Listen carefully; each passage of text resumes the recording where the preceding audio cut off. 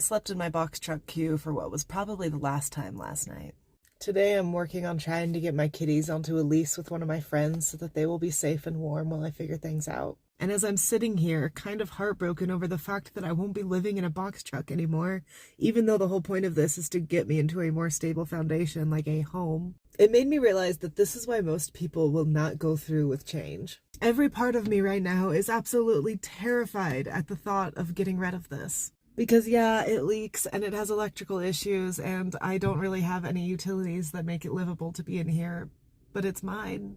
In fact, it is the only four walls, roof, and floor that I've ever owned as a home. And this is why even though I demand so much growth and change from myself, I could never demand it from the people around me because it is terrifying. It is such a terrifying thought to put my babies into the care of another person, or the thought that I might even have to give them up if I can't find somebody that can take them in. It's terrifying to think that if this doesn't work out, then I don't have a box truck, I have just a car. But you know what's more terrifying? The thought of my babies being cold and being left in a place without utilities for weeks or months or who knows how long.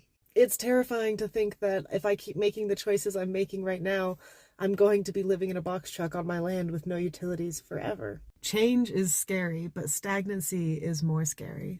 At least to me. But here's the thing, I bought this box truck because I was literally on the streets homeless. At the time, I had no job, I had no prospects, I had no idea what I was even going to do with my future. When I bought this land, the same was also true. I was homeless, I had no idea what to do with my future. But I realized that I don't want to be on this box truck on this land. If I'm going to be outside of the city, I want to be up in the mountains.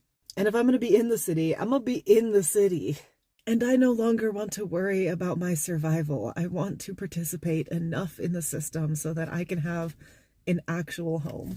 And to go after the future that I want, it means that I have to let go of all of the things that do not align with that path. So I'm probably going to sell Q to help myself get out of debt, apply for a first-time home buyer loan in a couple of months. And I'm going to bet on myself that everything is going to be okay because I know that I can handle this. So if you're struggling to let go of something that you know is causing you harm, that you know is holding you back from the future that you want, I highly encourage that you let go of it. I know that it hurts. I know that it can be paralyzingly terrifying, but it's worth it. You are worth having the future that you want to have, and nobody's going to create it except for you. Good luck.